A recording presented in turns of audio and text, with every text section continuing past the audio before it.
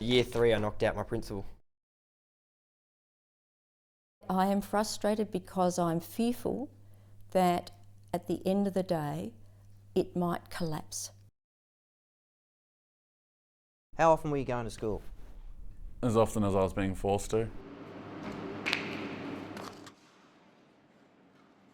And what we're trying to do is to bring young people who are in the wilderness back in to give them some hope in their lives. And next second there's 2 detectives there. Then, yeah, got taken out of school in handcuffs into the back of a police car.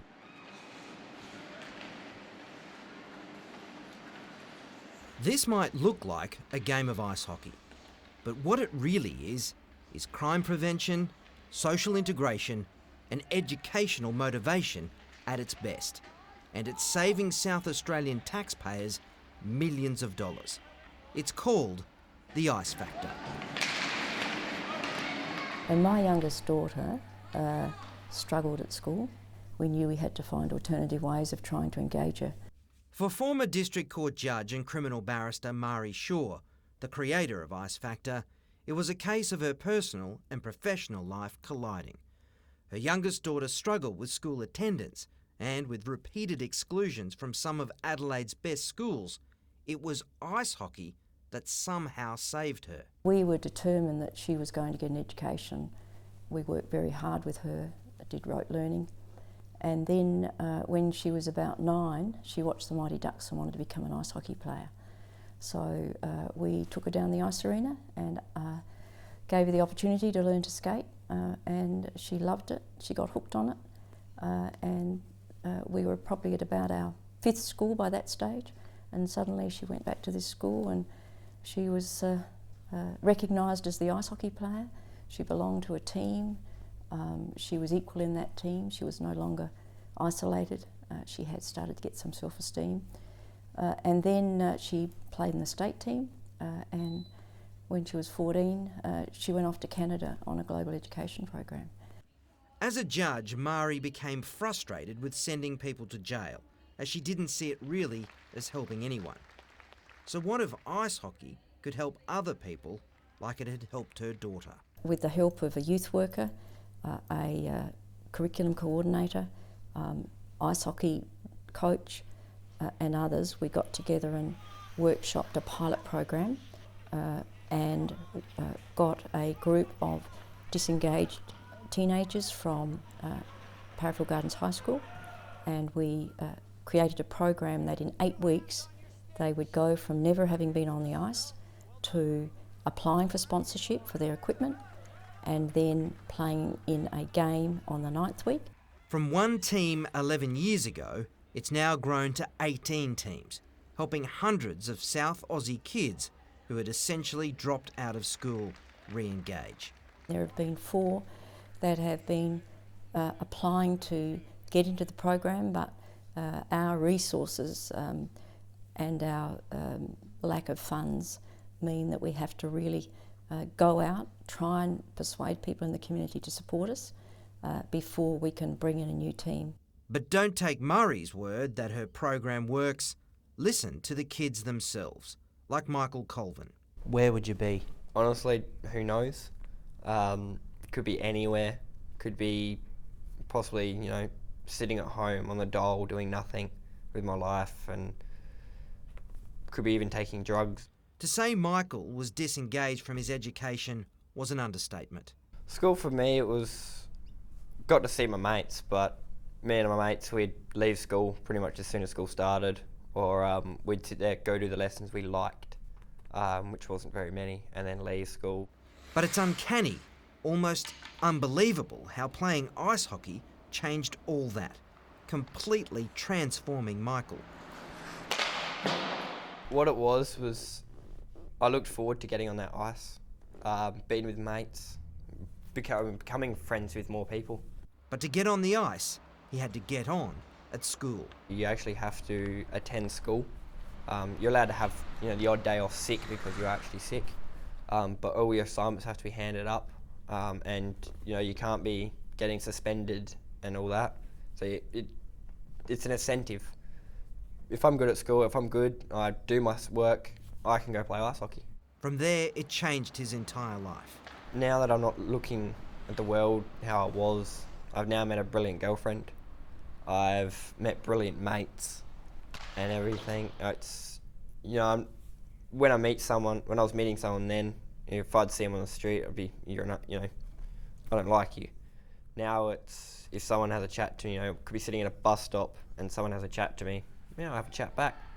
Because Ice Factor is not just about hockey. Hockey is just the carrot. With Ice Factor, before you actually get onto that ice, when you first rock up at the ice arena, you spend 20 minutes to half an hour, I think it is, up in the classroom with your coach and a life skills person. They go through, you know, building as a team, but also learning that not everyone's against you. Zeke Everest had almost given up on school completely when he stumbled across Ice Factor. So you're 15 and you're not by the end, you're not attending school at all. Pretty much. There was 3 or 4 months, I believe, where I wasn't enrolled anywhere and not doing any school. And it's not being at school that I didn't like, it was getting to it. It's getting out of bed and getting out the door. Ice Factor gave him that motivation, even when he'd lost almost every reason to go on, like when his mother committed suicide. It wasn't surprising, but it hurt like hell. As you'd imagine with anything, it doesn't matter if it's surprising or not, it's still really, really crap. And there was a good while where I didn't get out of bed. Remarkably, Ice Factor helped pull him through that. The point that turned around was we had a hockey tournament for Ice Factor and I just couldn't be bothered getting up, just didn't have the energy, and they were completely sympathetic, didn't mind about it. Then one of the players sent me a photo of the team and a little thing they'd written with it, and they'd all worn black bands around their arm for my mum. And that was the point where I decided not to let it slow me down, just to keep getting up and to keep fighting and to keep going to school and to keep doing hockey. Yeah, go back, that's it!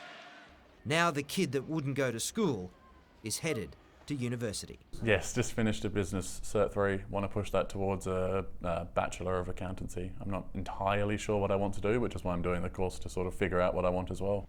These are just 2 stories amongst dozens of redemption, lives turned around. If this program is able to convince those young people that their lives are not destined for the hopelessness that might have been in their parents, for the abandonment that they might have experienced in their younger years, but that they do have a choice and that they can take responsibility for their lives, and that the vehicle for doing that is a team environment, then to me that's the best way to avoid people making bad choices and essentially becoming a burden on us.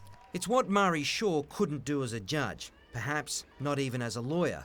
It will probably be her life's most important work, and yet she receives no payment and no government funding at all. I think the problem with government, and this is just my own personal view, is that they have the problem of what I've heard others call silos. We go to Rec and Sport and we're told you're a social inclusion program, you can't get funding. We go to the Attorney General's Department, we're told you're an education program, we can't get funding. So every year is a struggle, relying on goodwill of sponsors like Clubs SA. I am frustrated because I'm fearful that at the end of the day it might collapse, because it only survives because of the goodwill of volunteers and the goodwill of people who deliver the program for peanuts. And it survives because the principals at the schools believe that young people need more than just the mainstream geometry and trigonometry. No doubt the easiest thing for Mari would be to walk away. After all, her own daughter, who easily could have slipped through the cracks, is now at university. But Mari knows it's not just these kids' lives she's changing. It's their children's lives and their children's children's. Smallest act of kindness, the smallest act of support can have a ripple effect on a child's life.